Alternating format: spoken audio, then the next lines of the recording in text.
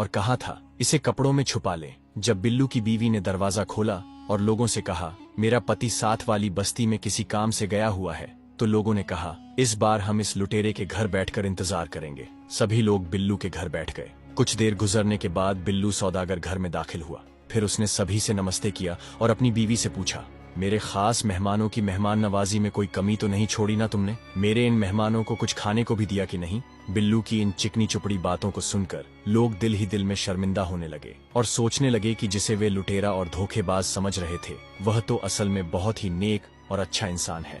बिल्लू की बीवी ने इनकार में सिर हिलाते हुए कहा इन फजूल और बेकार लोगों को कौन मेहमान बनाता है? मैं तो इन्हें पानी तक भी न पूछूं और तुम खाने की बात कर रहे हो। ये सुनकर बिल्लू गुस्से से लाल पीला हो गया और जेब से खंजर निकालकर बीवी के पेट में घोंप दिया।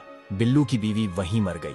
ये देखकर वहां बैठे लोग बिल्लू पर चिल्लाने लगे और कहने लगे तुमने इतनी सी बात पर अपनी बीवी को जान से मार दिया। बिल्लू सौदागर ने कहा आप लोग फिक्र न करें, ये तो हमारा रोज का है। मैं अक्सर गुस्से में आकर अपनी बीवी को जान से मार देता हूँ और दोबारा उस बीन की मदद से उसे जिंदा भी कर देता हूँ। उसने दीवार पर लटकी हुई बीन को लाया और अपनी बीवी के पास बैठकर बजाने लगा।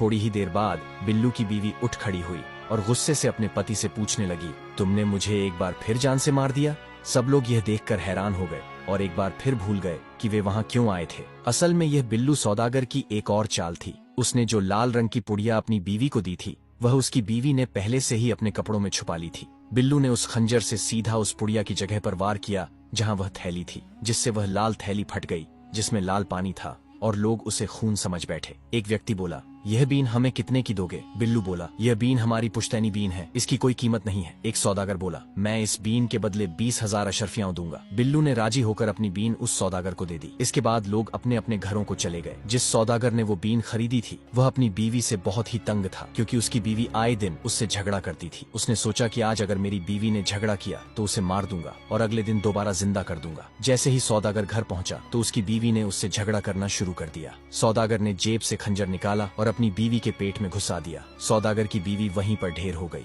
सुबह उठकर सौदागर ने सोचा कि चलो अब बीवी को जिंदा किया जाए। उसने बीन ली और बीवी के पास बैठकर उसे बजाने लगा, मगर बीवी जिंदा न हुई। काफी